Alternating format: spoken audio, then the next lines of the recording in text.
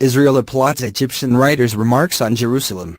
The Israeli embassy in Cairo has expressed gratitude for an Egyptian writer's controversial remarks about the status of Jerusalem.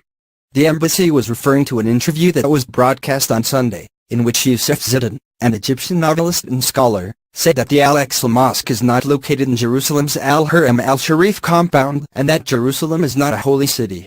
In the local televised appearance, Ziedan also laid blame on Arab and Israeli leaders, accusing them of repeatedly exploiting Jerusalem as a battleground that has claimed the lives of hundreds of thousands of people. In response, the embassy said on Tuesday in a statement posted on its Facebook page, "We are pleased to hear the words of writer and historian Youssef Ziedan and his description of the deep-rooted relationship between Jews and Muslims that existed even before Prophet Muhammad, may peace be upon him." And at how he pointed out that the origins of the ongoing conflict between the two sides stem from extremists. The statement added, "There is no doubt that Ziedan's interpretation entails the need to abandon the culture of hate between the two sides, and this in our view is an important message.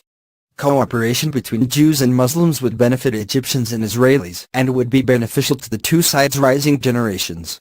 Ziedan comments, on a widely watched talk show viewed by Egyptians and Arabs across the region, came as Palestinians in the occupied West Bank, East Jerusalem and Gaza Strip are protesting a U.S. decision to recognize Jerusalem as Israel's capital. The status of Jerusalem is extremely sensitive and is one of the main sticking points in efforts to resolve the Israeli-Palestinian conflict. Palestinians consider East Jerusalem as the occupied capital of their future state, while Israel claims all of Jerusalem as its capital.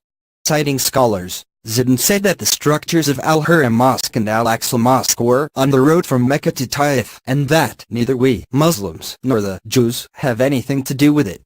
U.S. President Trump's announcement that he would be moving his country's embassy from Tel Aviv to Jerusalem prompted international condemnation and widespread protests across the world. Last week, the United Nations General Assembly passed a non-binding resolution that declared Trump's move null and void.